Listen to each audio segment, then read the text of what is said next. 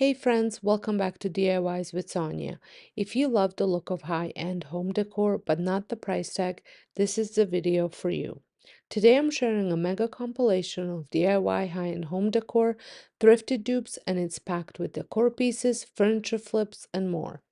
We're taking major inspo from Pottery Barn, Crate and Barrel, Olive Atelier, McGee & Co., and recreating those dreamy designer looks using thrifted finds, budget-friendly supplies, and creative DIY hacks. These projects are easy to do and look so high-end, no one will ever guess they were made from a fraction of the cost. If you're into high-end looks on a dime, make sure to like, subscribe, and hit that bell so you never miss more budget-friendly decorating ideas and DIYs. And don't forget to comment below, tell me which project was your favorite or what you love to see next. Let's get into these chic decor DIYs, custom furniture pieces, and elevated thrifted flips.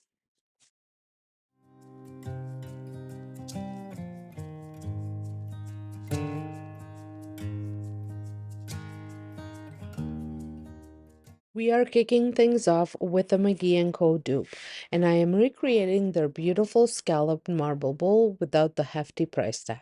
Obviously, I won't be using real marble, but I found a way to achieve a high-end look on a budget using air-dry clay from Dollarama. To shape my bowl, I'm using a taco shell mold. You might remember this from a previous DIY where I tried making a concrete bowl, which wasn't my most successful project. This time we're getting it right. To prep your mold, if your bowl isn't already oiled, you want to spray it with cooking spray, apply a thin layer of Vaseline, or use plastic wrap so the clay doesn't stick. Next, I'm going to roll out my clay and I warmed it up. You want to warm it up with your hands first to make it easier to work with, then using rolling pin to flatten it. When flattening it, make sure it's not too thin to prevent cracking, especially around the edges.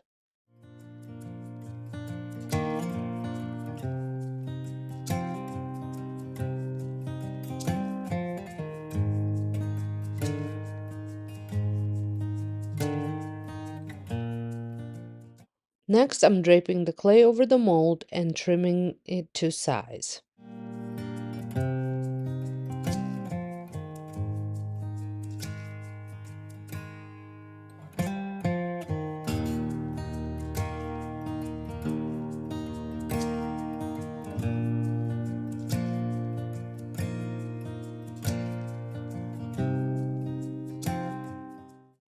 Once I'm happy with the size, I'm using my wet fingers to smooth out any rough edges for the soft handcrafted look.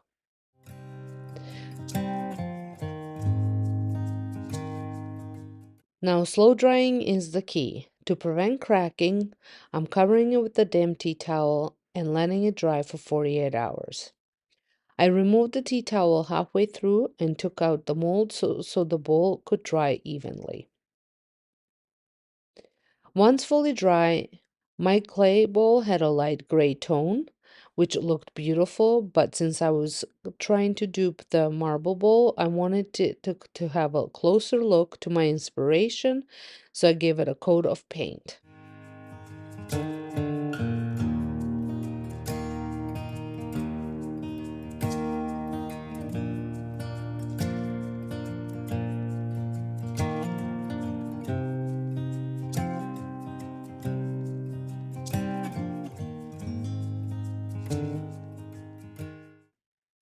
To finish, I applied a dishwasher-safe Mod Podge, which added a subtle sheen and gave it a more realistic finish.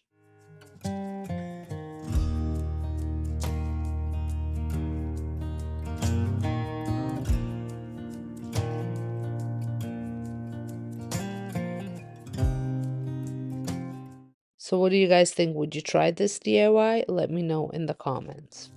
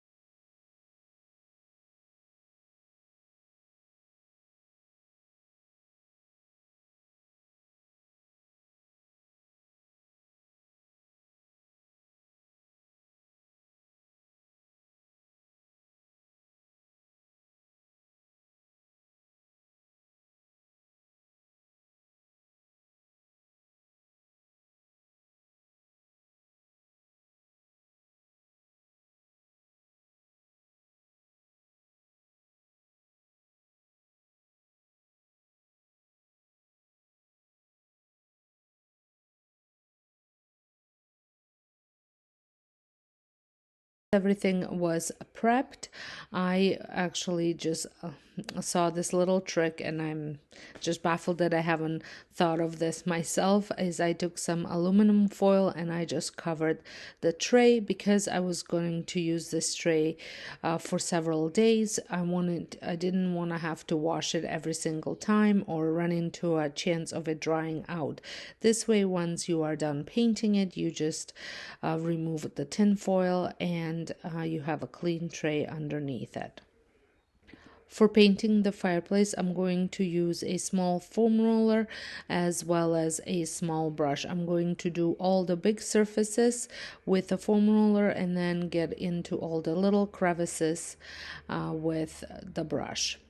This did not take very long at all, and I'm also not painting the top part of the fireplace. That part comes right off, and I'm going to be building a mantel top for that while I wait for my paint to dry.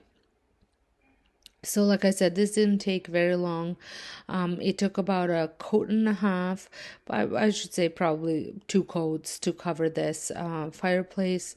This paint is phenomenal to work with. The coverage is really good. It goes on smoothly, and it's not for a matte paint. It's fairly easy to clean as well. And I just love the coverage that I get from this paint.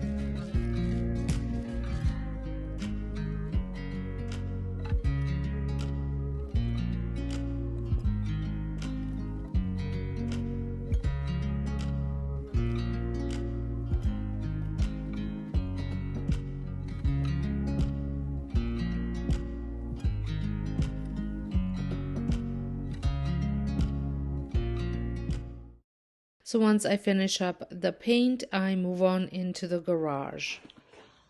So we went ahead to Home Depot and picked up some wood. So we picked up what were these? 1x8x6. And then we picked up the big piece of this thing. It's called the project panel, shelving furniture project crafts. It was the right width. So it was 16x72 is what we kind of needed. So we did end up cutting 6 inches off to fit. And now we are going to assemble the mantel. So we just wanted to make sure it fits. We removed the top part and slid this on it to see how it looks and whether it's a good size and if it sits nicely and if it fits before I went ahead and went outside to stain it. We first cut the wood to size, and then we used a nailer to nail it in place, and then used L brackets to secure it so the pieces would stay together. So the first thing that I'm doing here is I wanted to rough up the mantle. I wanted it to look like old barn board. So I am banging it up with some hammer and also using a screwdriver just to give it some scratches and really rough up the piece. And now I'm just going to use a wood filler just to fill in some gaps. When working with pine, it's never straight, so there is a little bit of a gap at one end, so I just wanted to fill that in just to have a bit of a more appearing of a solid piece.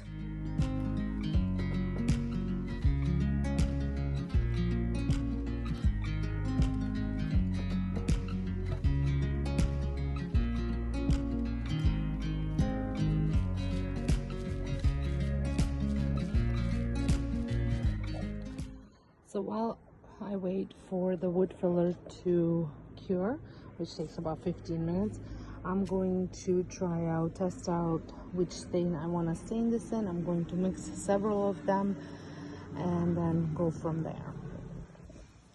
So here are some stain ideas. This is the Minwax Aged Oak in gel stain, which is the same one I use for my door. This one is the Early American in Minwax. The other one is Weathered Oak, and then this one is the Special Walnut by Birthday. And then this one is Special Walnut and Aged Oak mixed together. This is Special Walnut and Weathered Oak mixed together, and then this one is Weathered Oak and Aged Old American mixed together. So we are leaning towards this one, I think. So that will be the Aged Oak and Early American.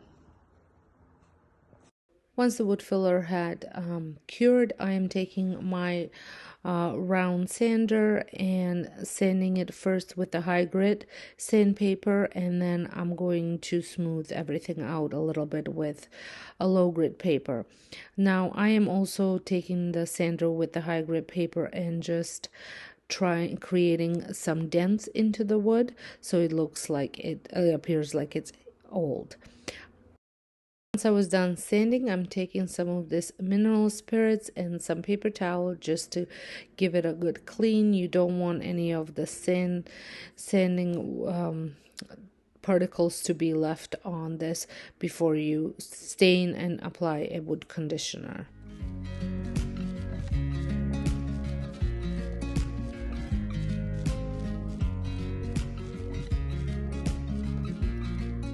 I am actually starting with the wood conditioner. So whenever you are working with soft wood, they recommend conditioning it so that way you get an even application of stain, so you don't get discolorations in the stain. So I went ahead and actually went out and bought wood conditioner for this project just because I didn't want to take any chances. They do say that mineral spirits sometimes are enough and they will condition the wood enough, but I still wanted to just make sure that I don't have any bleed throughs. I did not use a wood conditioner on one of my other projects with the raw pine, and even though the project looked good and I don't mind the way all that different colors look, I didn't want that same look for this piece.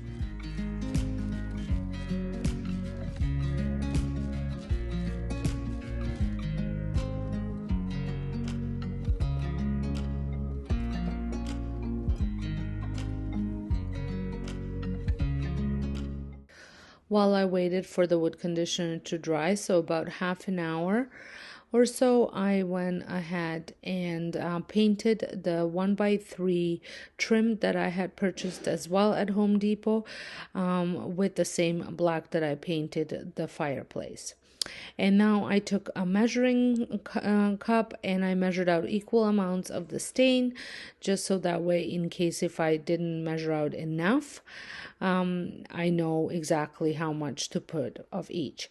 You can apply the stain with a foam brush and then wipe it off. I prefer just using a rag and applying it and then wiping it off. Once I covered the whole surface, I go ahead again and wipe everything down. I do repeat this process twice, waiting approximately 4 hours in between. I love the way the stain ended up looking on this piece, and all the little dents and scratches that I made just picked up a little bit of a darker color and turned out really nice, making it look really old and rustic. I used this similar stain combination on my oak table that I refinished a couple weeks ago, and the stain turned completely different. I still like it, but I love this one a little bit more. Now this is a couple days later, 2 days to be exact. I am inside and I am using that same black paint to paint the in middle of the wall. I actually had my husband use a large level to draw a line so I know where to paint, so I don't go past that line. I am using a large roller now to apply this paint, and then I'm going to do this in two coats. Again, the coverage was really nice and smooth, and didn't require two full coats, but it did require me to go over some areas a second time. And once, while I was waiting for the paint to dry, I went ahead and applied a sealer for the mantle. I did open the window because it was a little bit stinky, and I am using General Finishes water-based polyurethane. And I did two coats of this.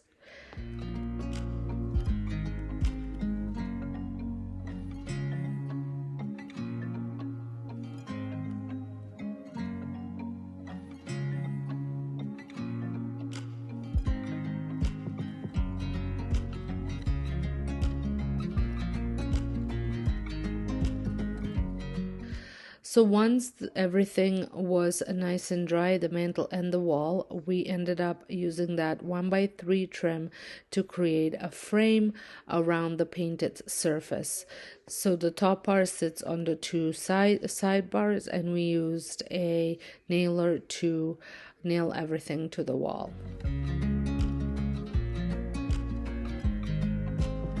I have to say, I am so very pleased with the way this turned out. It's just looks so much better in the new space than the other one did. I loved my original fireplace that I painted many years ago, but this one definitely it needed to be updated to fit the new style, the new decor. I would love to know what you guys think. Let me know down in the comments. This was a very inexpensive upgrade makeover to do on the existing fireplace, and like I said, I love it, and I would love to know if you guys love it as much as I do. I also shared a little clip of what it looks like with the TV on. First project, I'm starting with a planter transformation. I picked up a pre-mixed can of beige brown paint at a discount because it was a mist tint, such a great way to find high quality paint for cheap. I also found a planter with an attached saucer at the thrift store, which became the perfect base for this DIY. Inspired by Pottery Barn's small decorative pots, I wanted to add texture and character to make it look like an aged clay or a stone planter. To achieve this, I mixed plaster of Paris into my paint and applied two coats for depth and texture. I love how the brushstrokes soften the look while adding dimension.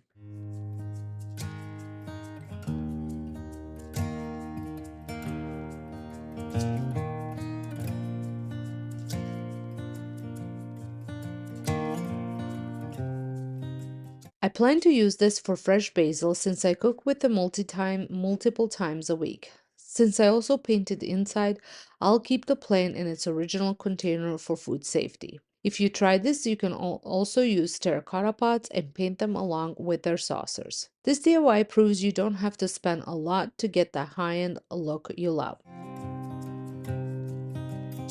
And here it is. I just added a faux plant to it because I did forget to pick up the basil when I went to the grocery store. So you'll just have to check it out on my home channel to see how it looks with basil if you want to see that. For the last project, I transformed a thrifted wooden shelf that my friend found for me for $7.99. It was the perfect size, but I wanted it to match my kitchen island. I ended up sanding off some of the finish, just a clear coat. I wasn't aiming for perfection since I was going to be painting it anyway. I just wanted to rough it up a little bit. I used a hand sander with 220 grit sandpaper that had been used several times, so it wasn't too aggressive, but it still did the job I needed. There are many places where you can find small shelves at different price points. I even found one similar to mine but larger on Etsy for a lot more than what I paid. If you're looking for a piece, just be patient. The right one is out there and you just need to find it. Once everything was sanded down, I brought it inside and used the same paper that I picked up at Dollar Tree uh, to get in all the little nooks and crannies that the sander couldn't reach, especially underneath the small hanging parts. This step took a little longer since it was difficult to get in all the tight spaces by hand.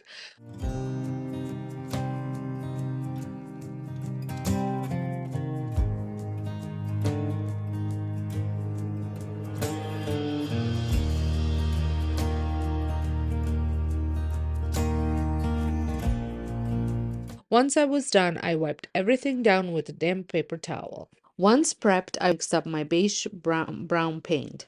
To prevent yellowing, I followed a trick I've seen in other DIY videos, adding a tiny bit of blue paint to balance out warm tones.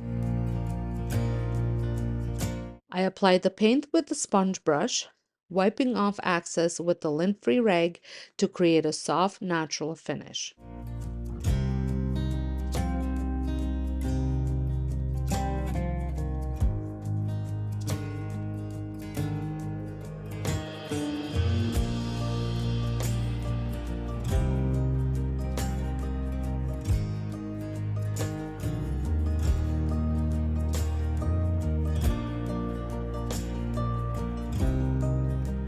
I worked by sections so that way the paint did not dry on me. If it happens that you are working on a larger section, just make sure you have a bottle of spray bottle with some water in it so you can keep your paint wet.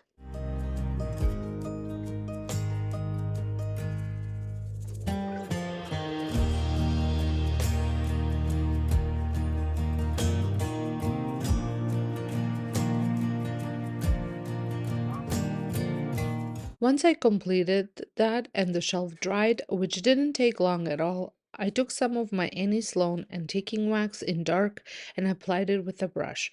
The brush I used was similar to stippling brush, and I worked in very small amounts at a time, brushing it out as I went. This darkened the paint slightly and really brought out all the grooves and wood grain, which I love. After applying the wax with the brush, I buffed it out slightly with the rag. You don't need to fully buff the antiquing wax, you can simply wipe off the excess. In my case, I wouldn't say I buffed it out completely, but I did make sure to wipe it well after applying it with the brush to even everything out.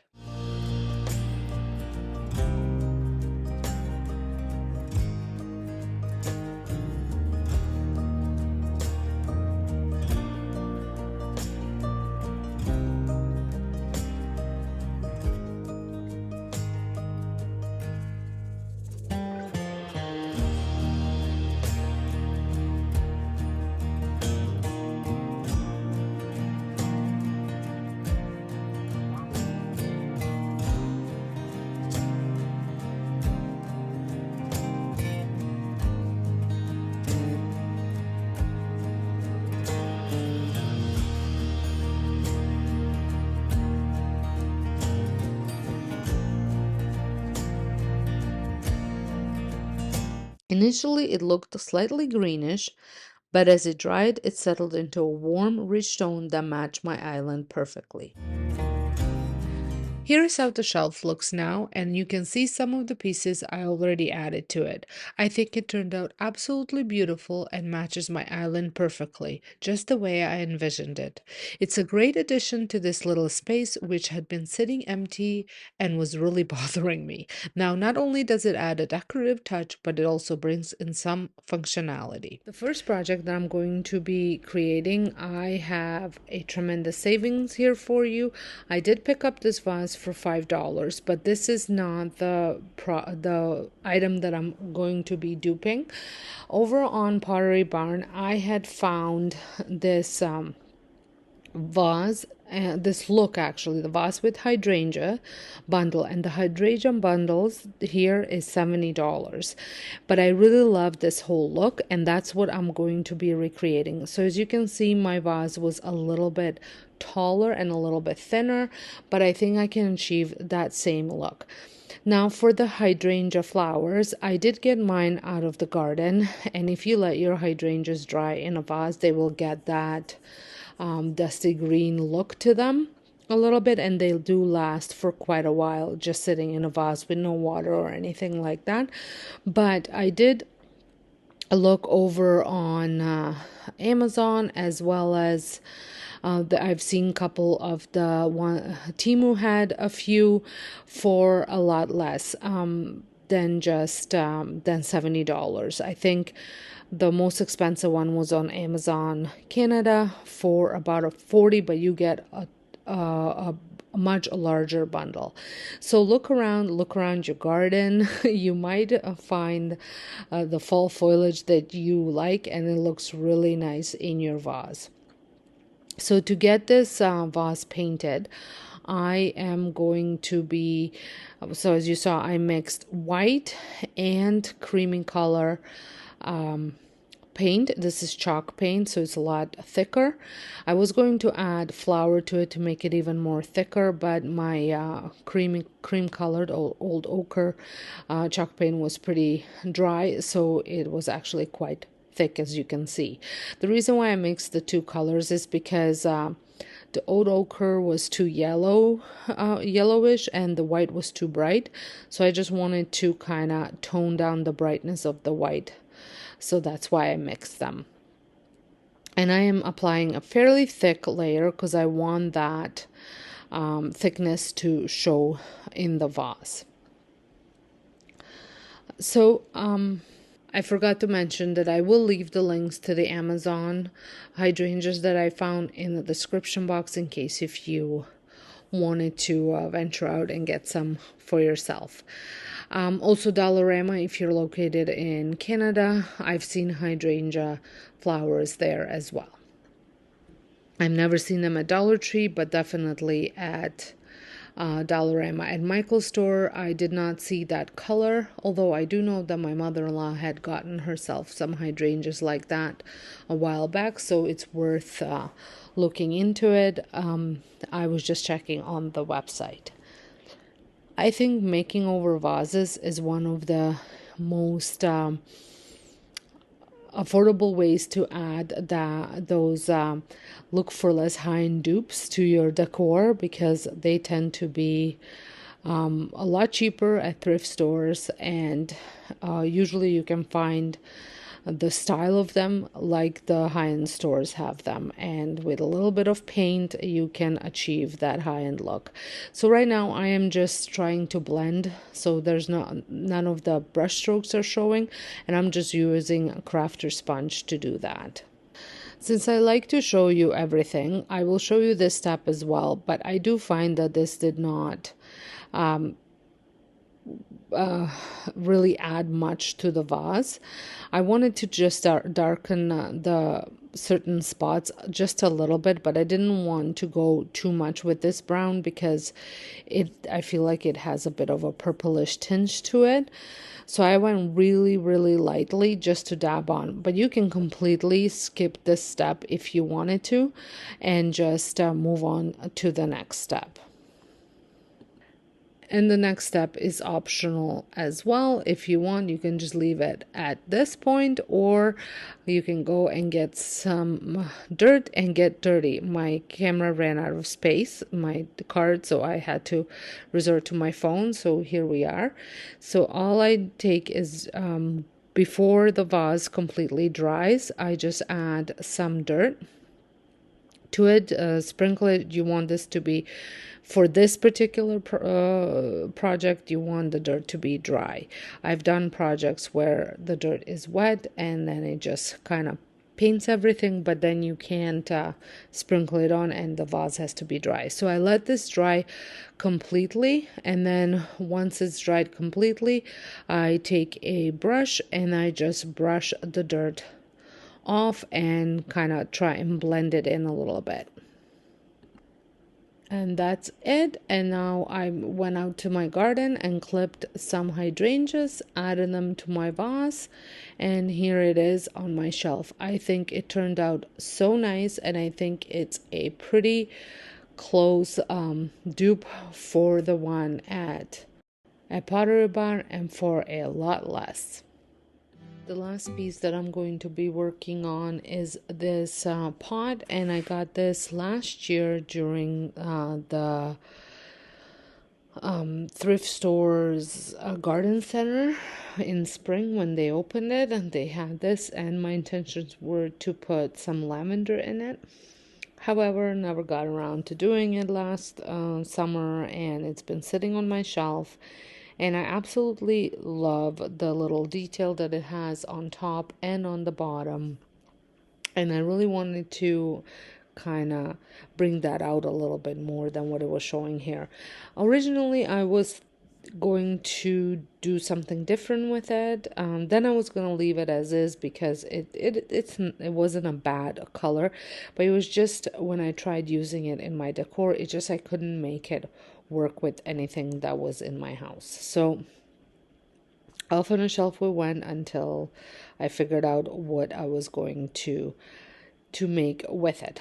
This shape is not necessarily like any shape that I saw on the website, but it is the finish is very similar to some of the flower pots or pots urns that he had in his store, so I went with that.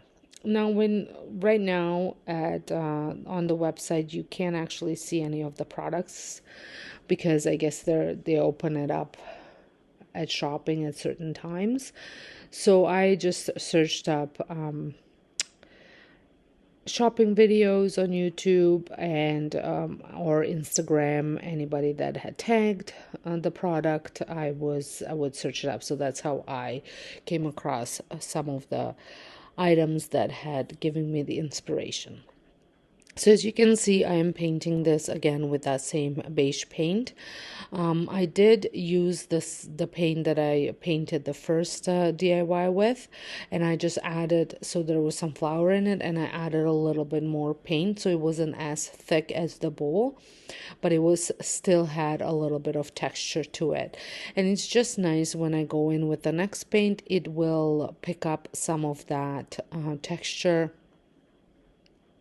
and kind of bring it out more, and that is what I wanted here. Now again, I will let this piece partially dry before I move on to adding more paint to it. Now again, with the next paint, it will be pretty much the same combination of paint as the other one, but I am using paper towel instead of the sponge, and you will see how different that will make it because it's just different blending technique, and I'm focusing more on certain color versus the other color, whereas over there I went more with black and a little less brown, whereas here I'm going to go more with the ice cappuccino, then the black, and then also adding the white.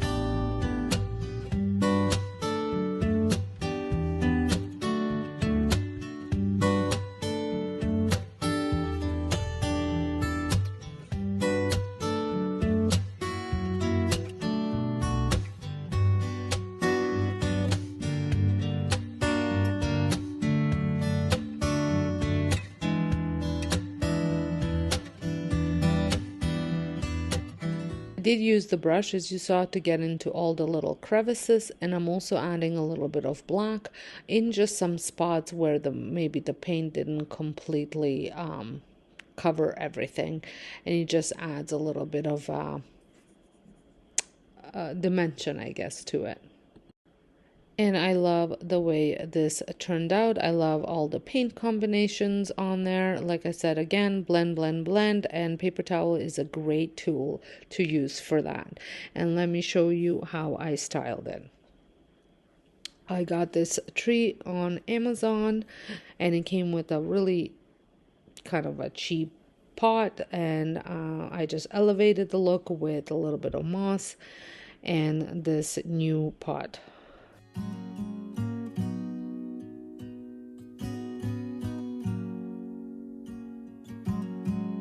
Going to be making over this hutch.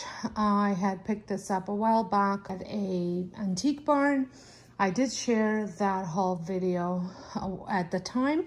I will link it in the description box or at the end, so you can check it out if that's something that you want to see. So I will be painting this with some chalk paint, just one color, very simple. It will be going into my dining room space, which is right over here. Don't mind all the pizza boxes on the table, but I still do not have a functioning kitchen, as you can see, but it's coming along, just a few more weeks. But I wanted to get this all painted up and start actually using it in a dining room, so I can eliminate some of the items from the kitchen for now. And then once everything is done, I will be actually styling it for what it's supposed to be styled for. So I will be using some of these items. I'm going to use a roller, and I'm going to, just a normal roller, I'm going to give it a try just for the bigger pieces here, like bigger surfaces. And then I'm going to be using a brush. I got this at Benjamin Moore. It is their country something brush. I will try and find it online and link it for you. But it's a new brush. I wanted to try a bit more of a rounder brush than what I've had. This is the same brand as my other brushes that I've been sharing and using for a while now. I'm going to use a screwdriver just to remove some of the hardware. And I think I'm going to tape up the doors. I don't think I'm going to take them off, but I'm not 100% sure. I do love all the little details on this bottom half of this hutch. I love the that the hardware is on the outside for the doors, and this is all just one drawer, which is kind of nice. And then on the bottom here, you do have a recessed shelving. I will probably leave the inside as is and just paint the outside. This middle obviously doesn't open, and then there's more here, and it does go all the way in, which I do find a little silly that this part doesn't open, but so I can access it from both sides. And then the top has the little detail right on top, and then it has the little grooves for the plates, which I am planning on displaying some of the china that I do have that was a wedding present from my husband's grandmother. So but I'm just going to add a couple pieces to it. It's not going to be like the one that was previously in my dining room and I displayed most of the pieces. I just wanted something to have, still something that I can display it, but I didn't need something to display all of it, if that makes sense. So yeah, so I will be using that brown brush, and I'm going to be painting it in Athenian Black by Annie Sloan, and I'm going to be sealing it with an Annie Sloan sealer as well. I'm not going to use the wax. I'm going to use the brush on sealer. So without further ado, I'm going to get started. I'm going to give it a good cleanup, wipe everything down, dust it. I'm not going to sand anything, and then I'm going to start painting it. I am going to be using just water and vinegar spray to clean this up. It is pretty much just dusting, and there was nothing stuck on there. It was just dusty from being in that antique barn. It wasn't like sticky or anything like that. If it was sticky, I might use something like a crud cutter, or even take a light sander to it and sand it lightly, because you don't need to sand before you apply chalk paint. But if there is stuff stuck on it and you don't get rid of it, the chalk paint won't go on. So you want to make sure that your surface is clean. And typically, like I said, I use water and vinegar, or just a microfiber cloth, depending on what I'm in the mood, if there's no stuck on things on there. Then I used a knife just to remove the hardware. I did, however, decide to leave some of it on and not tape it, and just paint over it black, because I've decided I was going to paint the hardware that I did take off, just spray painted with black chalk paint. Now, this is a very new technique for me. I know I've been doing furniture makeovers for a while, but I have actually never rolled on chalk paint before, and I actually quite liked the way this turned out. When I was doing a little bit of research as to what kind of a roller to use, they said it's supposed to be velour. I wasn't able to find the one that they were recommending, so I just used a regular roller, sponge roller that I had on hand, and that seemed to have worked fine. I loved the smooth finish that it left on top. I was quite impressed. And this brush worked really, really well. However, I did find I ended up having some blisters around my fingers where I was kind of holding it. So I'm not sure if that's just a matter of getting used to it, or the handle just left blisters. I found it was a little bit heavier as well. So I'm not quite sure whether it's a brush that I'm going to be reaching for as often as I did for the same company's brush that I've used for many years. You can see that brush in all my other videos that I have made on this YouTube channel. Speaking of this YouTube channel, if you're stopping by for the very first time, welcome. My name is Sonja, and over here on my DIY channel, I happen to have a couple other ones. But here on this DIY channel, you will find lots of thrift store makeovers, lots of furniture makeovers, and then sprinkled in with some seasonal dollar store decor as well. If you are interested in seeing how I will be using and decorating this Hutch, make sure you head on over to my home channel as well, because that is where I share all the home decorating, cleaning type of videos. So all the links to all of my channels are in my description box. And I also want to mention that at this time I am hosting a giveaway over on Instagram, so if you would like to head on over there, the link is in the description box, and make sure you follow what the simple giveaway rules if you want to be entered. I know that I haven't been who I was. I am supposed to be the one you can trust. I feel so useless 'cause I let you down. I hope there's some way I can make it alright, 'cause I know that you deserve much more than this. If you give me one more chance, I swear I'll try my best to always be there. And I want you to know that I'm lost without you. I'm known without you. I hope I can show what you mean to me, 'cause I don't know what to do if you go.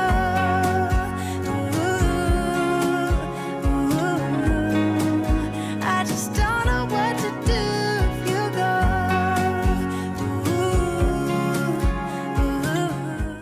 So once the whole piece was painted, I let it dry for about 2 hours, and then I applied second coat, pretty much using the same technique as I did the first coat.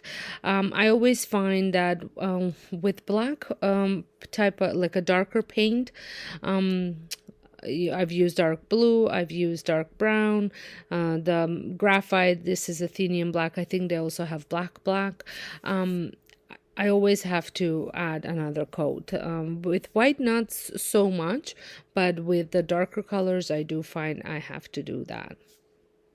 If you go, ooh.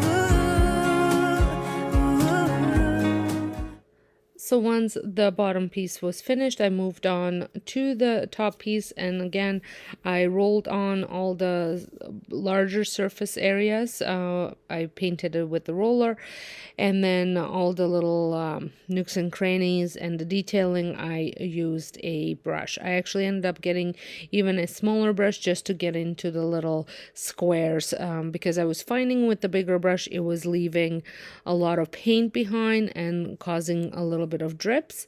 So I just used a smaller brush just to get in there and get those that paint smoothed out. I just don't know what to do if you go.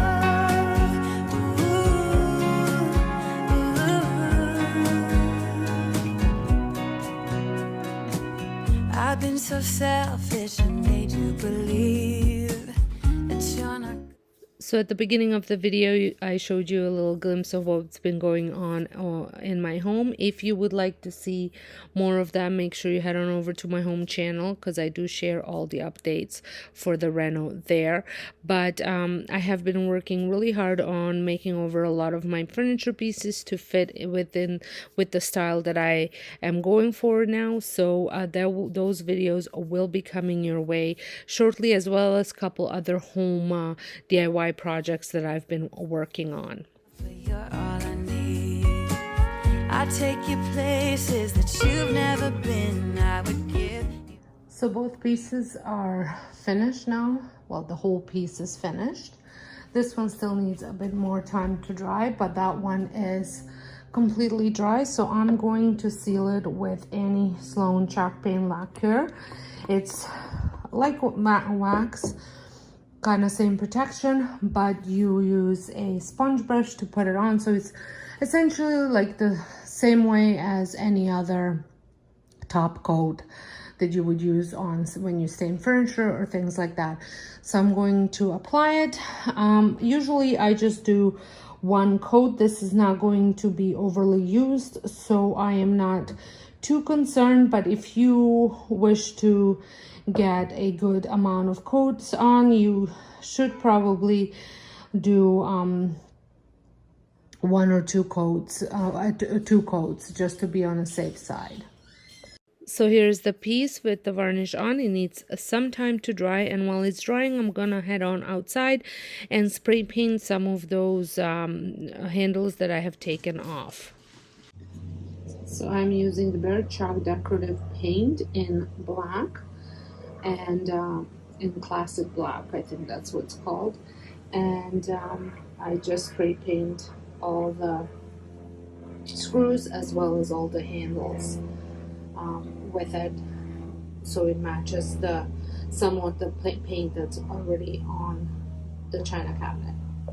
So here is the piece. It's not 100% dry yet, but I am 100% pleased with the way it turned out, and I can't wait to decorate it with some white, greens, and some raw wood pieces on here.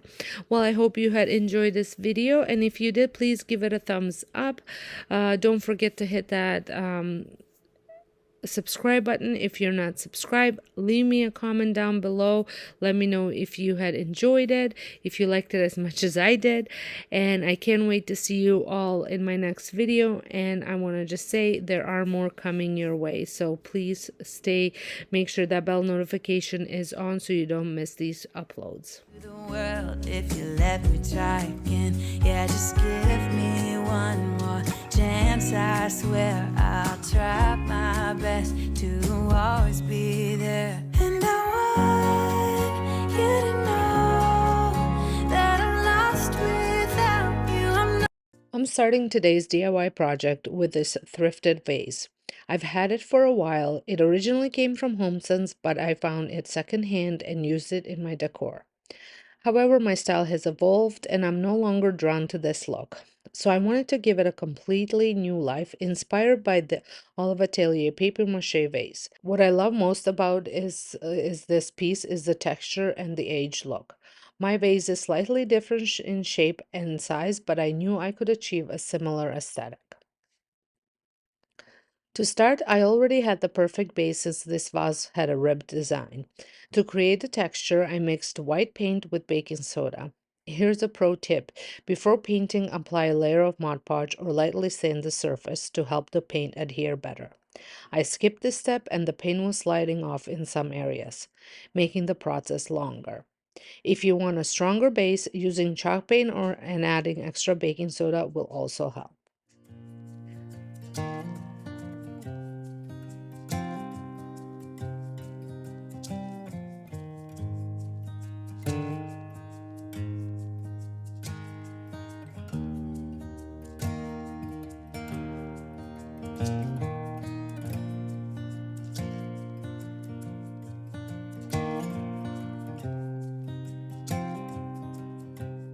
I applied 2 coats of my textured paint mixture.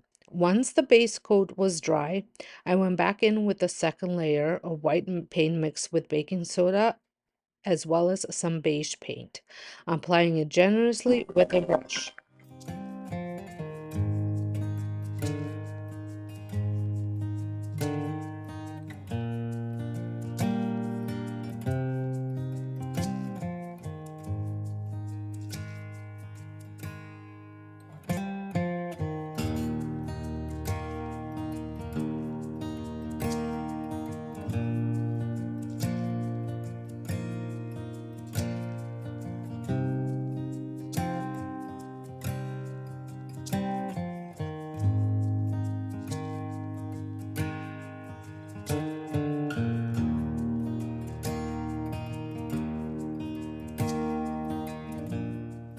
To create an aged natural look, I then used a craft sponge, which you can find at Dollar Tree in the kids craft section, to dab the surface. This step helps smooth out the textures and blend the paint evenly.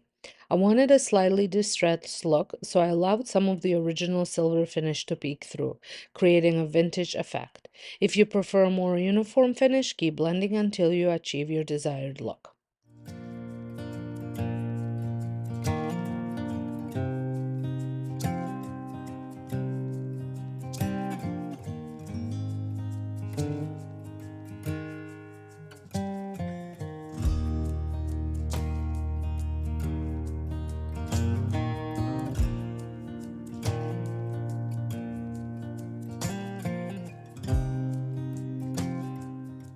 Here is how it turned out. I absolutely love how this piece transformed. It now looks like a high-end curated designer vase, perfect for styling in any season. I can't wait to incorporate it into my spring and Easter decor. For my next project, I worked with another thrifted item. I found this piece in one of those value packs from Value Village, and while I originally painted it white, I never actually used it. Instead of tossing it or donating it, I saw the perfect opportunity to repurpose it into a crate and barrel inspired decorative pear. The original crate and barrel pair retails for significantly more depending on the size. Mine might not be an exact match, but it definitely captures the same high-end aesthetic for a fraction of the cost. To get the look, I mixed brown and beige paint and applied 1 coat.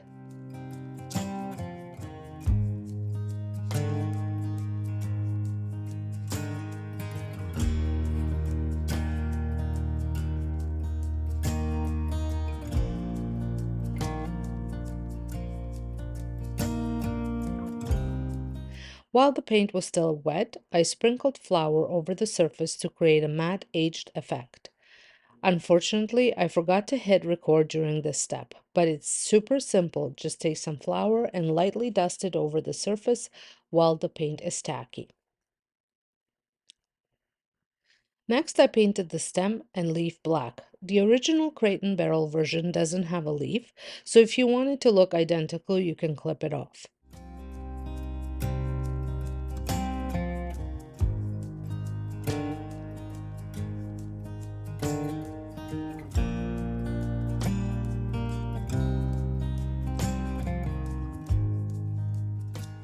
After the paint dried, I took a clean brush and gently brushed off the excess flour.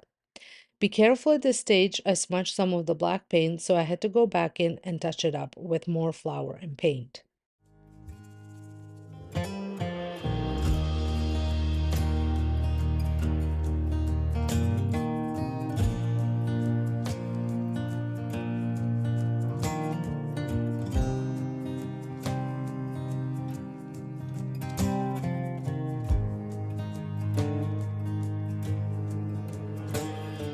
To finish, I applied a clear gloss spray to give it a subtle sheen, just like the crate and barrel piece.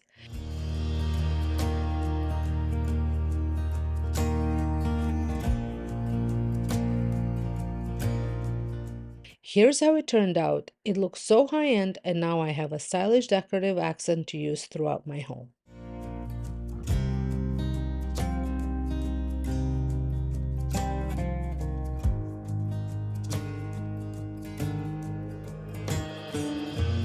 This last project was my favorite to recreate. I picked up this thrifted salt votive candle holder, and my inspiration was the Olive Atelier mortar candle. These candles are quite pricey, and while my version is a bit smaller, it still captures the same designer look. I originally wanted to thrift an actual mortar, but had no luck finding it, so this was a great alternative. If you can't find a mortar either, you could even DIY one from scratch, something I might try in a future video. To start, I gave the piece a coat of white paint. Again, applying Mod Podge beforehand would have helped the paint adhere better, but I skipped that step. Once the white base dried, I added a layer of creamy beige paint, dabbing it on with a brush to create texture.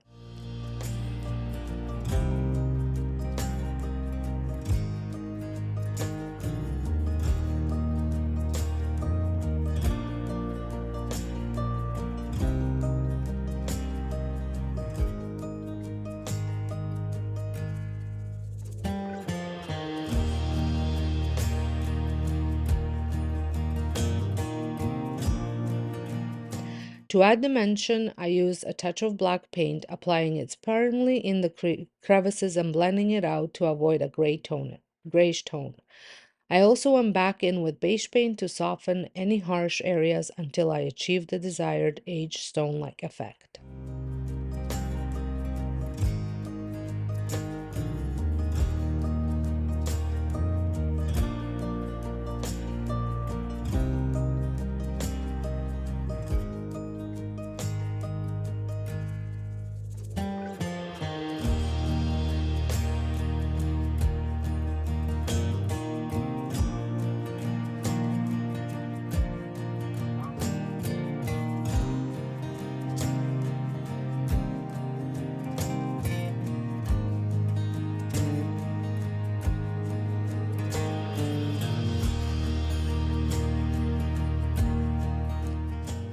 And here is the final result. I placed the water candle inside, but the tea light will work just as well.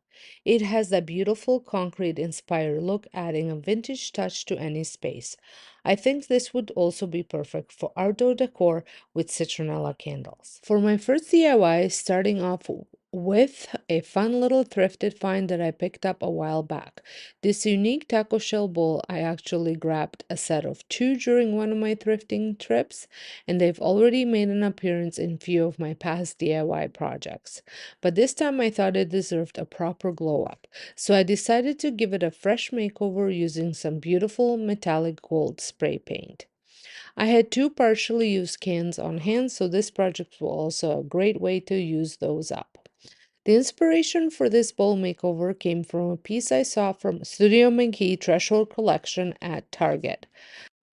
We don't have Target in Canada, but I absolutely fell in love with that look. And honestly, this little $2.99 bowl totally gives off those same high-end vibes. All right, back to the bowl. I took it outside and gave it two coats of the gold spray paint. If you want a more protected finish, you can go over it with a clear matte top coat, but I kept mine as is.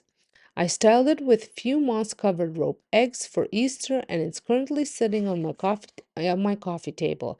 It looks so elegant, and the best part, it was such an easy and affordable DIY.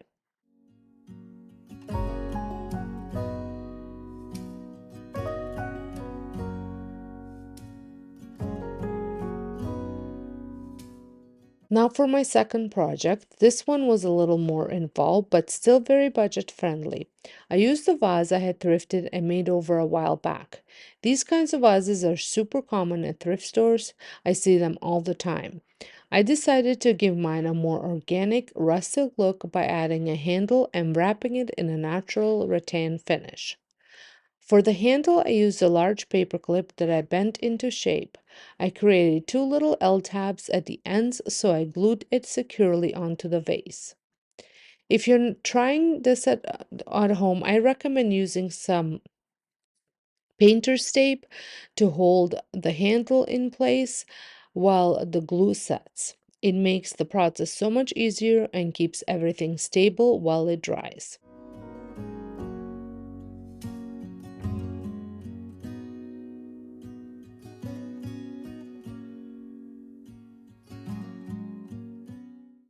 Now for the wrapping, I picked up some woven placemats at Dollarama for $4 each.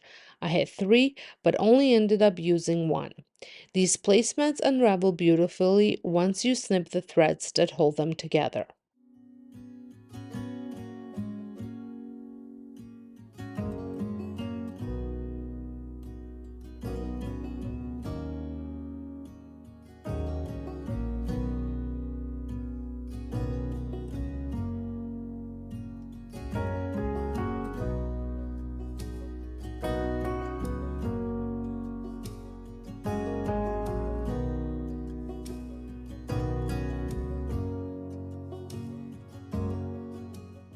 Once I had the strands ready, I made sure to glue around the handle first so to sandwich the wire in place.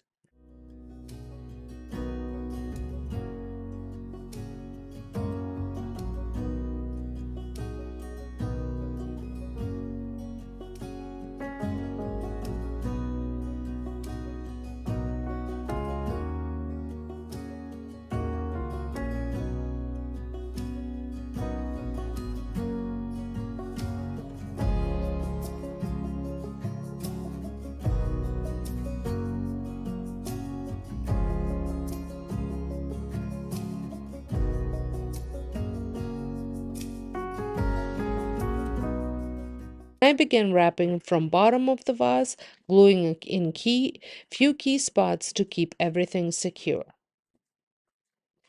My inspiration here came from several high-end rattan vases I've seen. Crate and Barrel has a few, Hobby Lobby, and even Walmart carries a Better Homes and Gardens version. But again, we don't have access to these pieces locally, so this was my take on the look. Total cost, just under $7.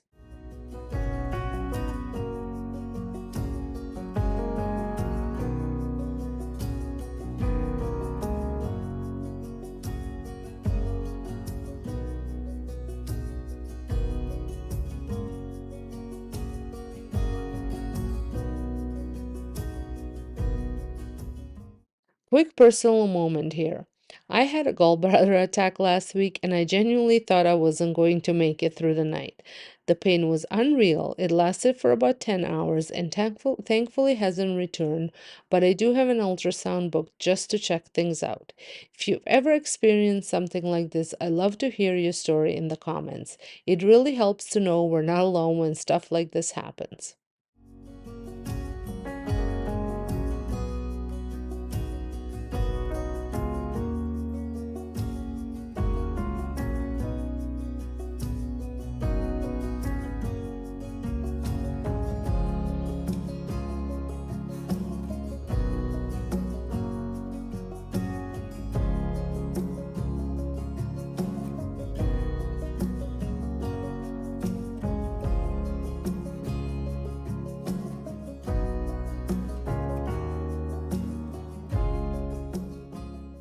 Once it was fully wrapped, I went in with a bit of any Sloan dark wax, though you can use any antiquing wax you have, just to deepen the color and give it that rich, high-end finish.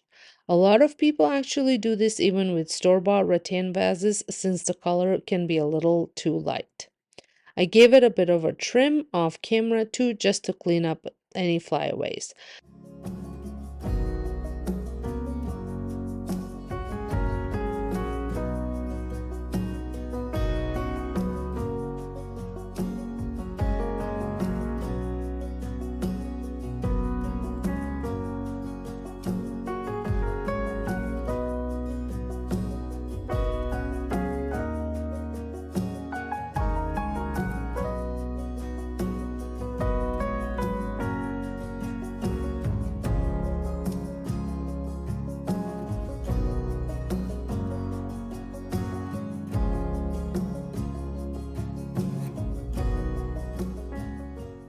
I absolutely love how this turned out. It has such a warm designer feel, and now I want to wrap everything in rattan.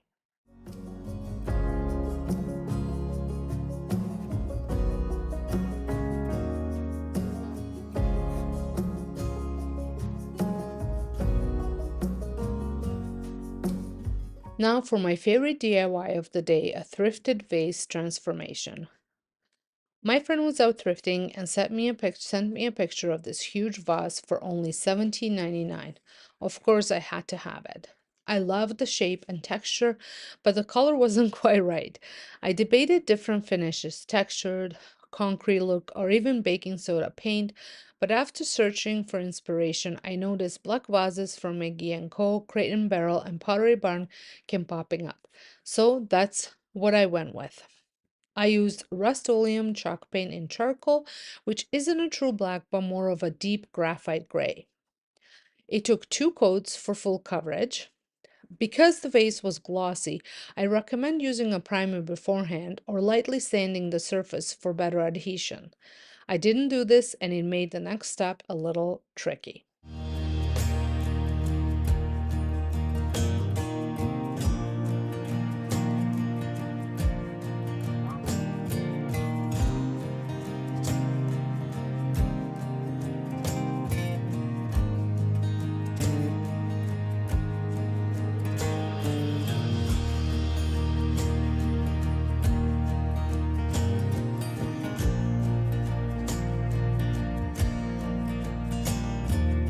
Once the paint dry, I applied a whitewash technique to add depth. I thinned down some white acrylic paint with water, and I planned to brush it on and wipe it off. But when I wiped, the black paint started coming off too. This is where a primer would have helped. To fix this, I used a damp rag to damp the whitewash, to dab the whitewash on instead of rubbing it. This method worked perfectly and gave the vase the subtle high-end look.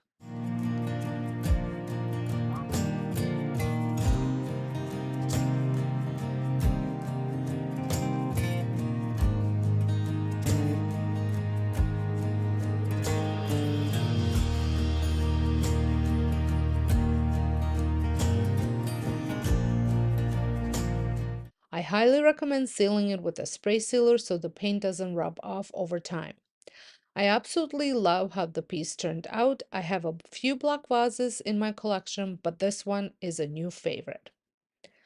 I hope you guys enjoyed these DIYs. If you did, give this video a thumbs up and let me know in the comments which project. The first DIY is inspired by the Pottery Barn textured earthenware vase, which retails for a whopping $99, but we're making our own for just a few dollars. I'm starting with a thrifted vase that has a great shape but definitely needs a makeover. To achieve that high-end textured look, I am applying drywall compound all over the vase using a putty knife. This is a trick I use often because it creates a beautiful organic texture that mimics expensive earthenware. If you don't have drywall compound, you can also use baking soda mixed with paint for a similar effect, or even plaster of Paris mixed into a fairly thick texture. I will have her channel and video linked down in the description box. And if it's your first time stopping by from her channel, hello and welcome. And if you're visiting her channel for the first time from my channel, make sure to say hello to her and let her know Sonja sent you. Moving on to the vase, once the drywall compound was applied, I did not wait for it to dry before creating the lines. I used a comb to make the lines evenly distributed, referencing my inspiration piece as a guide. This process was very therapeutic and I really enjoyed it.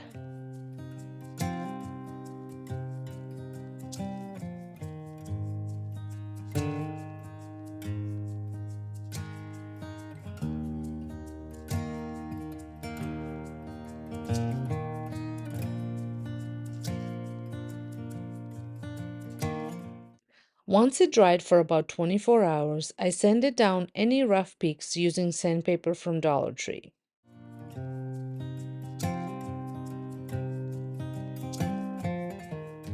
The final result turned out stunning, and I think it's a very close match to the Pottery Barn inspiration piece for just a fraction of the price. You can customize this however you like. You can leave it as is, like I am doing, or paint it with a creamy white, a deep terracotta, or even a soft gray to match your decor. The end result is a high-end looking vase that you would never guess was a thrift store find.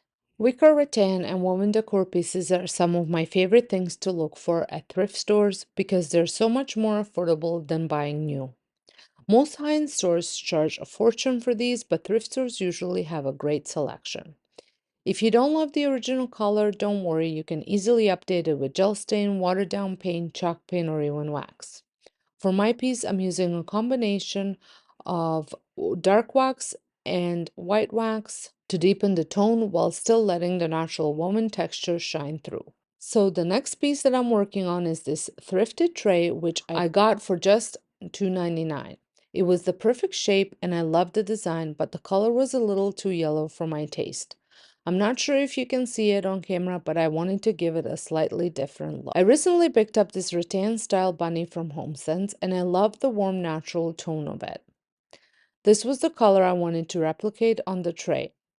To achieve that look, I mixed white wax with dark antiquing wax and applied it to the tray. I think it really helped to tone down the yellow, and the final result was pretty close to the color of the bunny.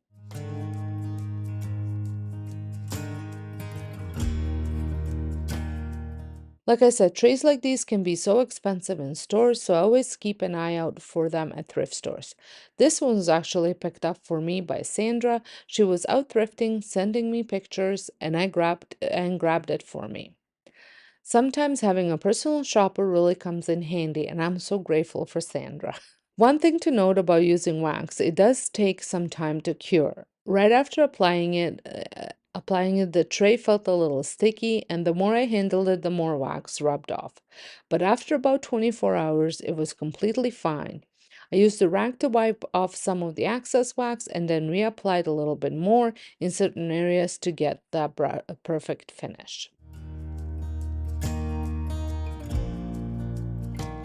This is such a great way to incorporate warmth and natural elements into your decor, and the best part is that not two pieces are ever the same.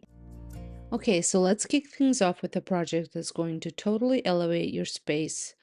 This aged paper-mâché bowl. I've been obsessed with this look, especially from Olive Atelier, but let's be honest, spending this much money on a bowl is just not in cards for me, so I decided to make my own. And trust me, you can totally do this too. So I found this adorable ceramic bowl at a thrift store for just a few dollars. It was in great condition but didn't have the designer feel yet. I gave it a quick clean and then added a layer of Mod Podge.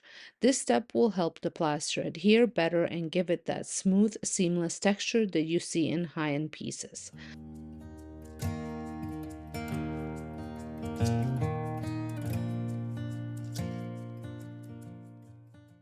I will be using plaster of Paris that I picked up at Dollarama for just $3. I mix it up with water to create a thick, creamy consistency. You want it to be thick enough to spread on a bowl, but not so thin that it drips. I also want to mention that I know I'm replicating a paper mache look. I did do a DIY that I shared a while back. I will link it in the corner here.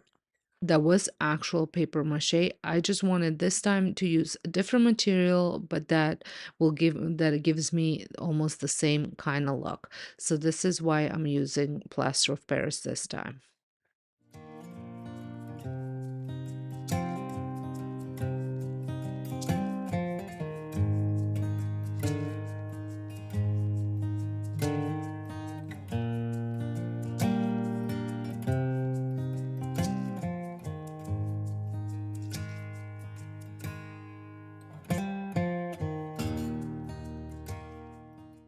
I started with a thin layer, just covering the surface, and then let it dry.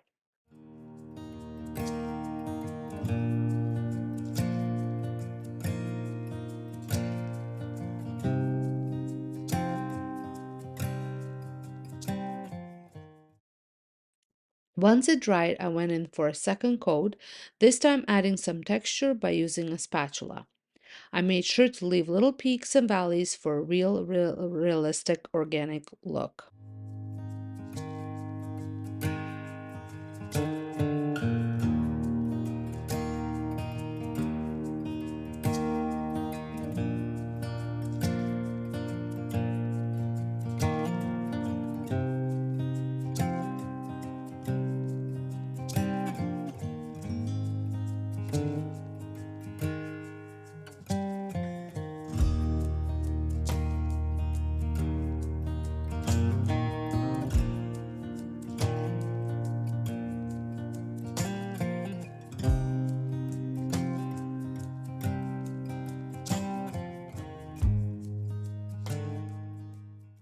Once it dried, it was time to give the bowl some character.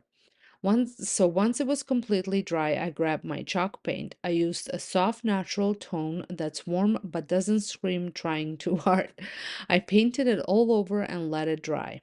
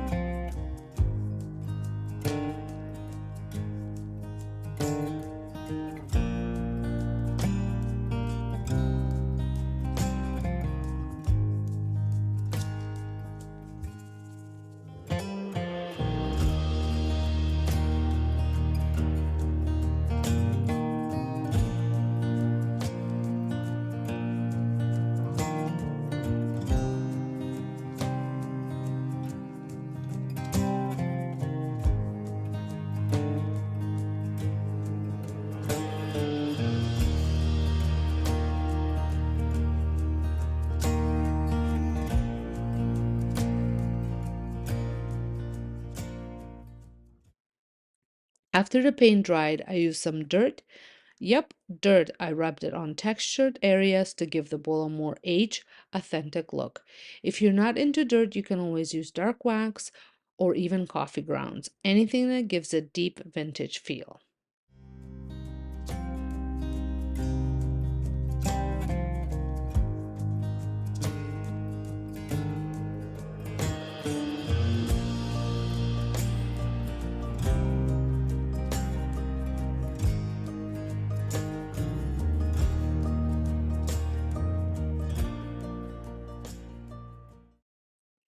And look at how gorgeous this turned out. It's a perfect statement piece for your home. And the best part, I didn't spend more than 10 on the whole thing, which is fractional what this would cost from a designer.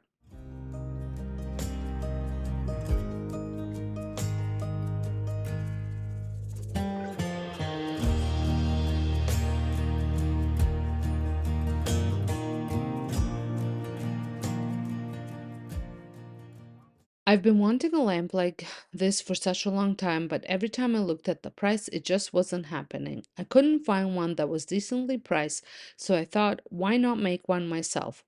I'd love to know what you guys think about this project. So for the last project, if you're following me on my channel, I've talked about getting a new lamp for my hallway table. I found this one for $6.29, which I thought was a great price. Then I had to go find a lampshade for it, and it was another $5.49. So for under $12, I had a brand new lamp. The color wasn't bad, but it didn't match my style at all, so I knew I'd have to customize it. I was going for more of a rustic, all black and brown vibe. Here's a photo of what I had in mind, something like this. The shape is quite similar to the one I found, but mine is a little bit slimmer and taller. I thought I could make it work with just a little tweak of color. The first thing I did was apply a coat of anti-slone chalk paint. This was mainly to get rid of the smooth, shiny surface and give the lamp some texture. I just painted one single coat to cover as much of the original color as possible. Once it dried, it was ready for the fun part.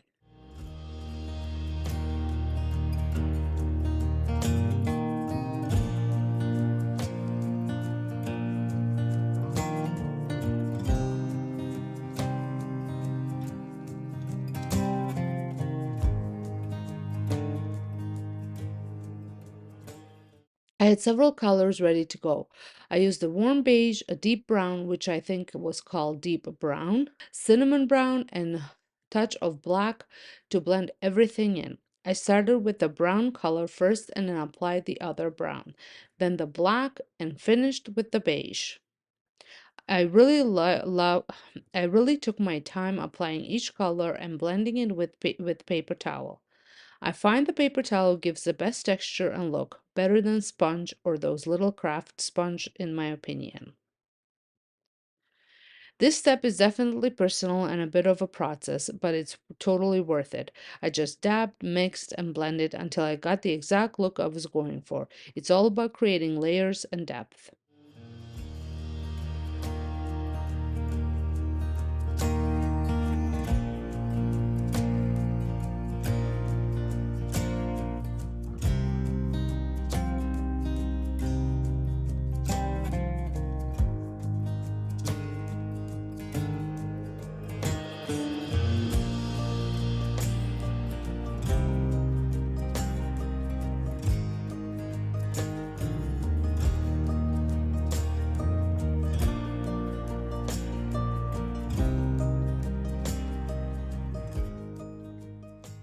For those little crevices that I couldn't get in with the paper towel, I used a small sponge brush. I dabbed it on all the colors and tapped it gently into the grooves to make sure I got full coverage. I also decided to paint a little part black because you can kind of see it from a certain angle. The top part of the lamp I painted black as well. Now, ideally, black spray paint would have been perfect for that top part, but I didn't have any, so I just worked with what I had.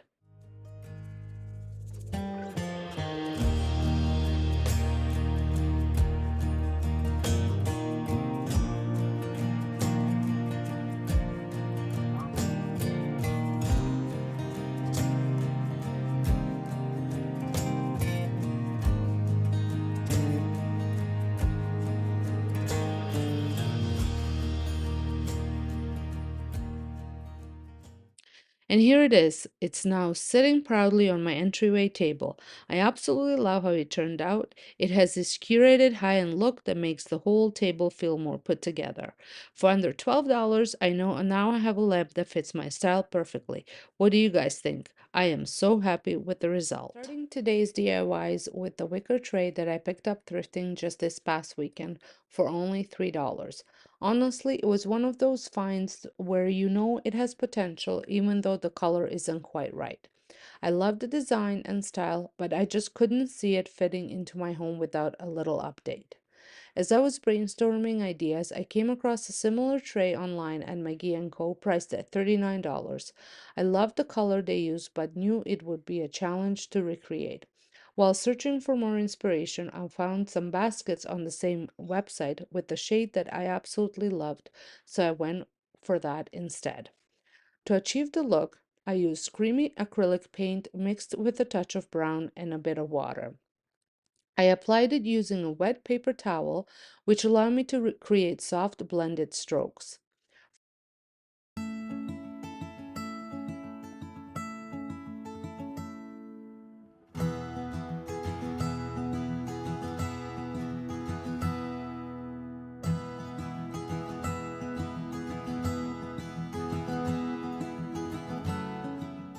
For the details and crevices, I used a sponge brush to make sure everything was covered evenly.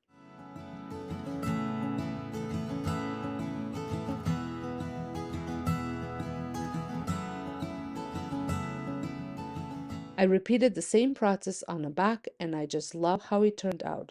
Right now, it's styled in my living room and it adds such a cozy natural touch to the space. For $3, you really can't go wrong.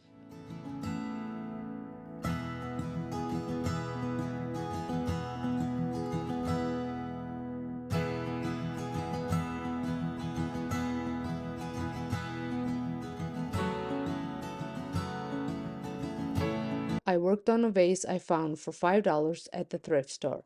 I love when I can take something outdated and give it a completely fresh look. This vase had a lovely shape and some subtle texture, but it needed a makeover to fit my style. I was inspired by Ophelia Martin Natural Vase, which retails for $150 at Crate and Barrel. Can you believe that? While it's beautiful, I was confident I could recreate a similar look for a fraction of the cost. Started with the base coat of any Sloan chalk paint in the color Country Gray, a warm beige tone that pairs perfectly with neutral decor. After the first coat dried, I went in with a thicker second coat, dabbing the paint to create texture. If your paint isn't thick enough, you can always add cornstarch to give it more body.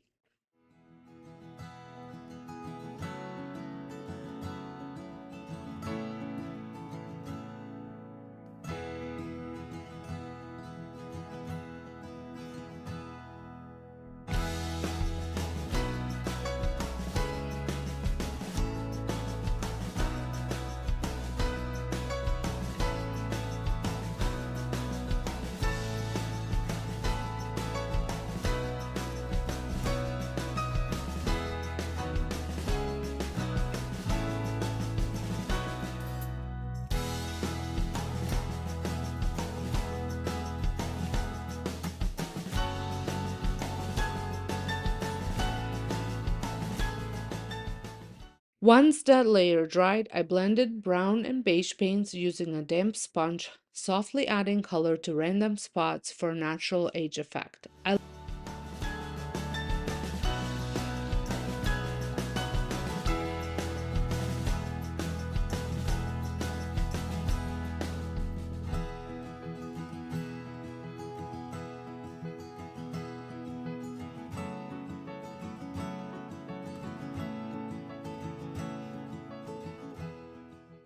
love how this piece came out.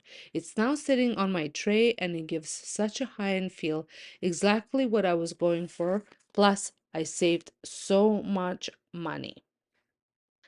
If you'd like to see how I'm decorating my home after Christmas and using some of these DIYs, head on over to my home channel where I'm currently sharing how I transition my decor from Christmas to winter. I hope it gives you some inspiration for your own home. The link to my home channel is in the description box. Hi everyone, it is Sonja from Domestic Diva DIY. In today's video, I'm bringing you another trash to treasure makeover. I got this little console table off of Facebook Marketplace for, as far as I can remember, because it's been a while, I paid $100 for it. I know it's a bit steep, and I think, but it was the perfect shape and the width, so I knew I had to have it. I'm going to be giving it a major upgrade today, so if you want to see this makeover, just keep watching. I'm going to be using this table as a console entryway table, but you can also use it as a sofa table, hallway table, in place of a sideboard. I mean, the possibilities are endless. I saw this table online and I really loved the way it looked, but the starting price for this table was like $700 and up for the same size. So I'm going to recreate the same wood look that this table had, and here are the supplies that I was using.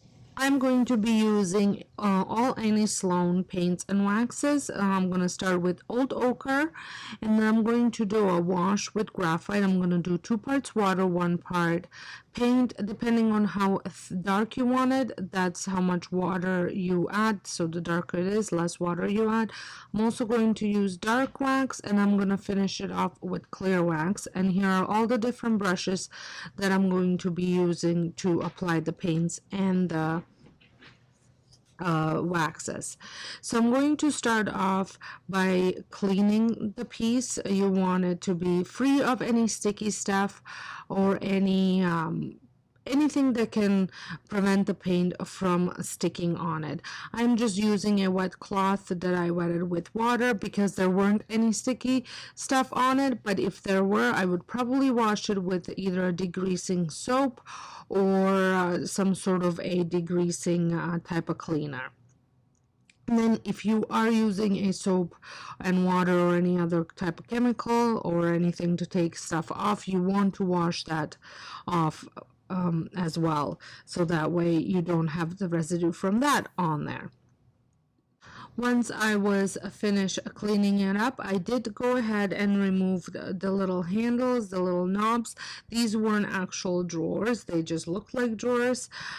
So I just removed the knobs, and then I ended up filling them with some wood filler and sanding it down once it dry, so that way I did not want to have, I wasn't going to replace and add new knobs to it. I just wanted it to be knob free. And for sanding, I did use just a 300 grit sandpaper because I had it on hand. Really anything would work.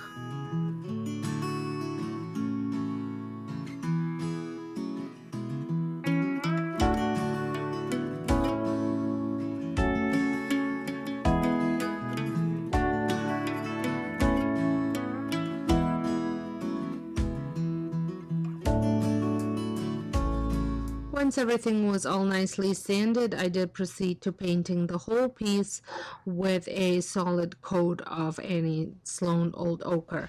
This is a very creamy white, I would say, like yellowish white paint, like looks like heavy cream. I would best describe it. And because this table was white, I did not need to apply two coats. If you were painting over, let's say, a mahogany table, I would recommend two coats of it. But because I was going over white, it did not require two coats.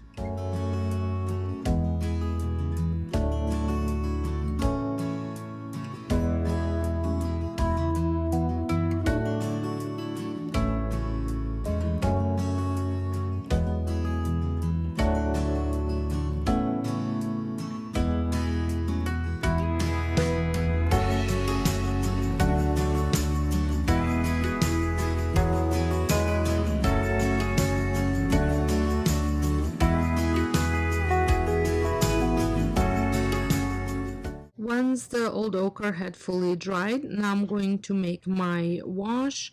With graphite, I'm going to add some paint into just a plastic cup, and then I'm going to add about double the amount of water.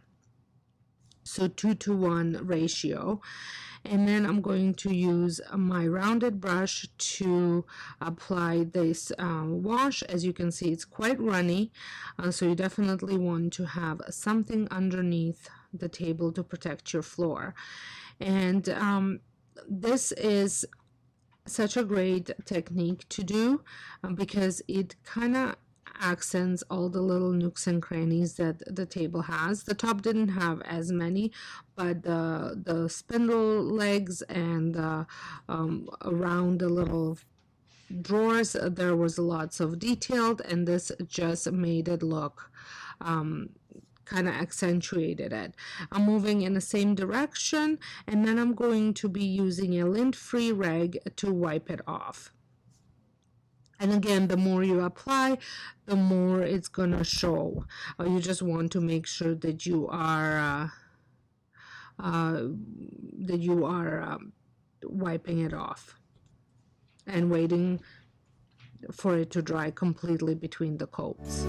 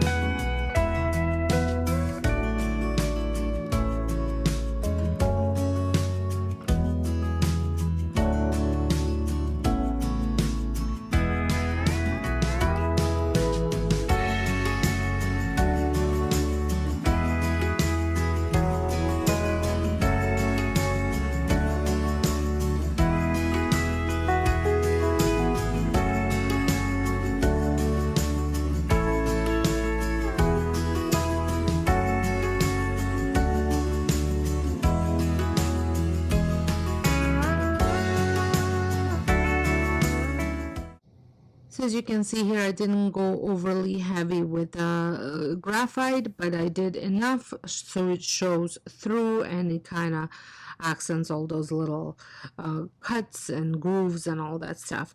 Now I'm going to be adding a dark wax, Annie Sloan dark wax, and I'm using the dark wax brush by Annie Sloan as well. And I'm going to be working in sections, adding the wax on, and then wiping it off. And just an FYI, when you are working with an antiquing wax, you're not buffing the wax out. You're simply just taking back a layer of it so it's kind of blends in a little bit more. No heavy wiping, none of that, just a very light wipe off.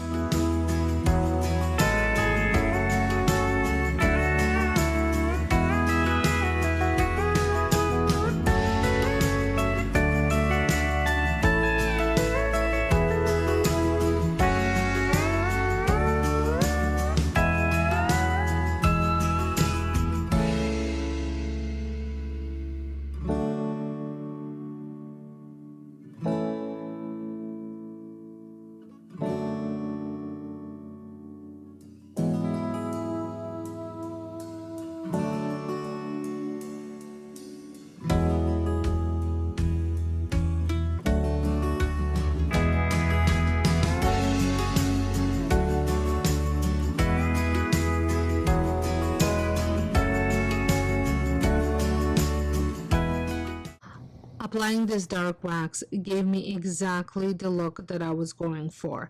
Now, because the table wasn't quite tall enough as I wanted to, I searched everywhere for feet, and then I finally found these. I think they were $3.50 at Home Depot, and I had my husband add them. He added a piece of wood and then first, and then he added the foot to it because he had to use a washer, and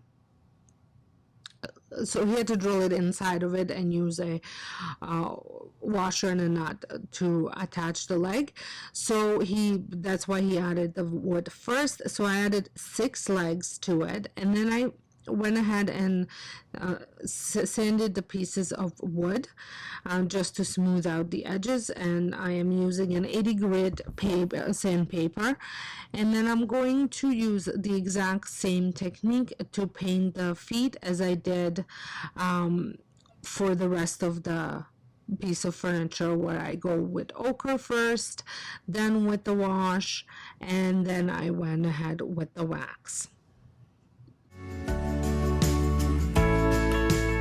Here is the finished product. I think it turned out absolutely stunning. I just love the way it looks. I love the way it looks at my front entry, all nicely decorated. It gave it such a nice wood look that you would, really have to look hard to see that, that isn't an actual wood grain.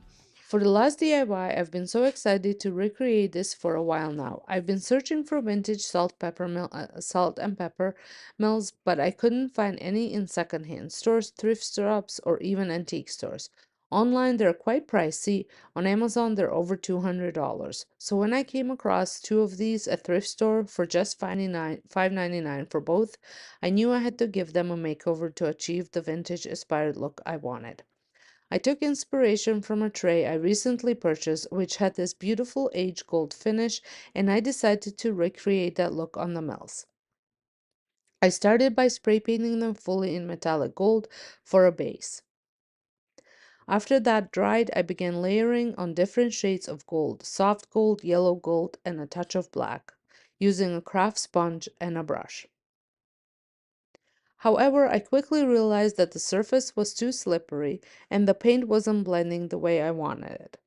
I switched to using a paper towel and it worked perfectly. The texture of the paper towel allowed me to dab and blend the colors seamlessly, creating a more natural vintage look. To ensure the finish wouldn't rub off, you can seal everything with the matte Mod Podge layer. This will also give the surface better grip for blending the paint.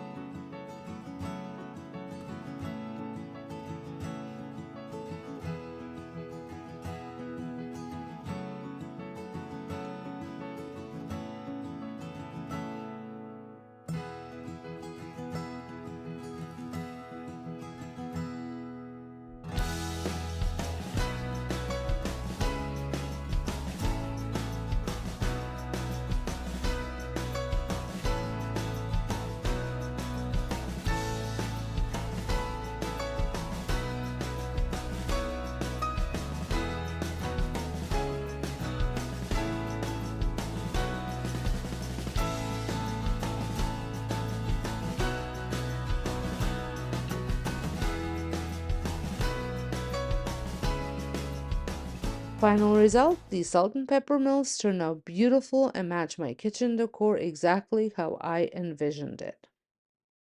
Thank you so much for joining me for these high-end DIY dupes. I hope you have found some inspiration to recreate designer looks on a budget. Let me know in the comments which project was your favorite, and don't forget to like this video and subscribe if you are new here. Turn on notifications so you never miss an upload. Until next time, have a wonderful day and thank you so much for watching. The last DIY that I'm going to be working on has to be my favorite, and we are going back to Pottery Barn, and I'm going to be recreating this leaf. So it is called the brass leaf object, and this can be on its own or it can fit a candle in there. So I was quite excited when I picked up this leaf thrifting for $2.50. But if you cannot find that one, there is this one at Dollar Tree for $1.50, which I think would work just as well. Because I always feel like chances of finding the exact same thing that I thrifted are very slim. So I like to give you another choice or another option that you could use. So I was going to use an acrylic paint on it. Again, it wasn't really doing the coverage that I wanted, so I went ahead and spray painted it. And I do have a heavy duty fan right above me and a window. It was raining outside, so I just wanted to get it done. And the color that I was using was metallic gold from Michaels. And then I went ahead and added some black antiquing wax to it once it had dried, and just used a brush to add by dabbing it. And then I did go ahead at the end and just kind of did some brush strokes through the wax just to blend it all in.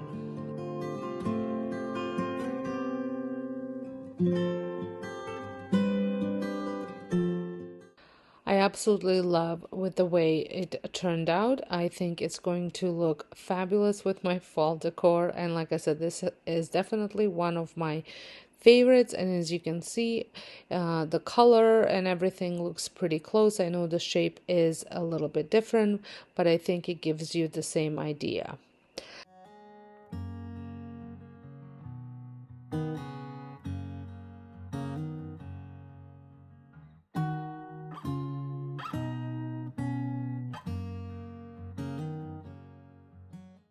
For my next project, I'm going to be using this vase that I had thrifted for $5. I absolutely love the shape of it, and the inspiration for this project is going back to Olive Ateliers again. And here is my inspiration. So my project cost me, my vase cost me $5. This one is $145, and I think the style of it is fairly similar, the shape, I mean.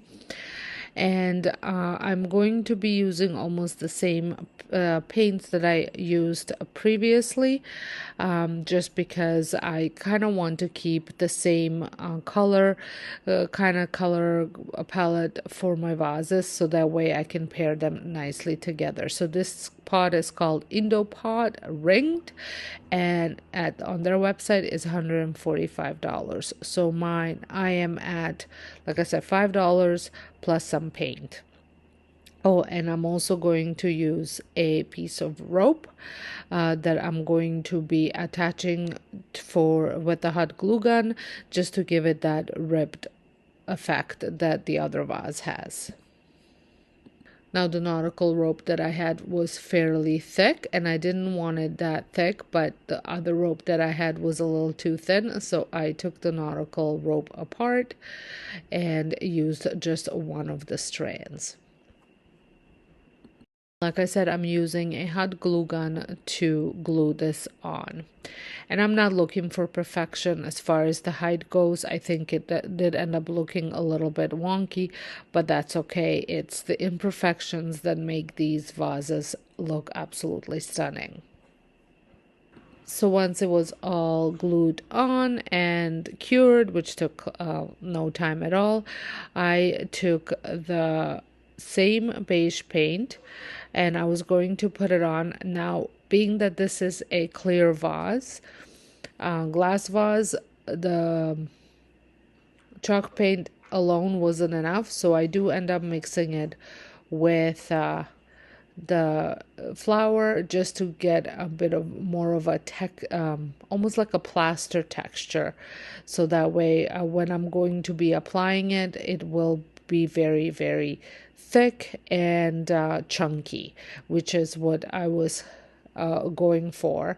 And it, at the same time, it gave me the coverage that I was looking for. I have been loving decorating with vases in this last year or so, and I have been slowly adding more and more to my decor stash. However, I did lose two of them just this past season. I was one of them was a clay pot, and I got somehow water on it, and the bottom fell off. So oh, here is the close-up of how chunky that paint actually looks. So as I was saying, and so I lost the bottom of that vase, so it became pretty useless. And I was okay with not having the bottom because I don't typically put water in it anyways, just usually some fake florals, but it was very uneven, and I was trying to sand it to make it even, and it just wasn't working. And then the other one I dropped while I was trying to put it away. But I did come across a really good thrift store that carries lots and lots of different vases, and they are reasonably priced. I find that's a Goodwill. Their prices for vases are much better than our Value Village. Value Village, you're paying anywhere from like $7.99 and up, whereas I have found most of these vases for $5 and under. So a lot more reasonable, and the sizes are typically the same for the price difference. So as you saw, I did use some makeup applicator just to add a couple of the chunky parts of the paint on there, just because I was finding that the brush wasn't really getting them on there. So I'm going to allow this vase to dry completely before I move on to another step.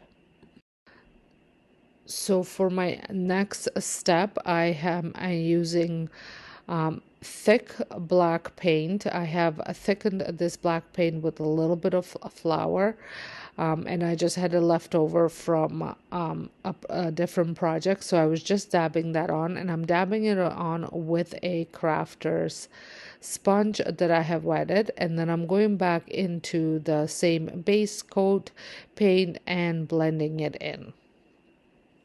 I am not going to be using the brown and white paint for this project.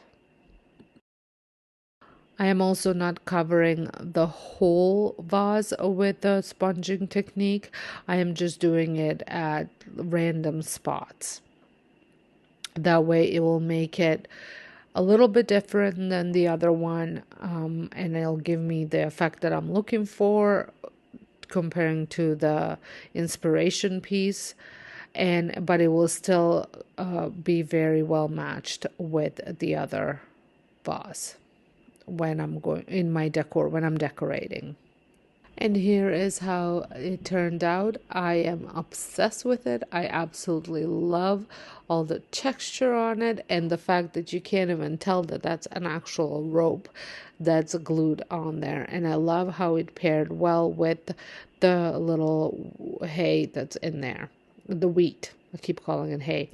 And I love how it looks together with the other one on my fireplace. And if you want to check out any of my decorating videos, make sure you head on over to my home channel, which is linked down below.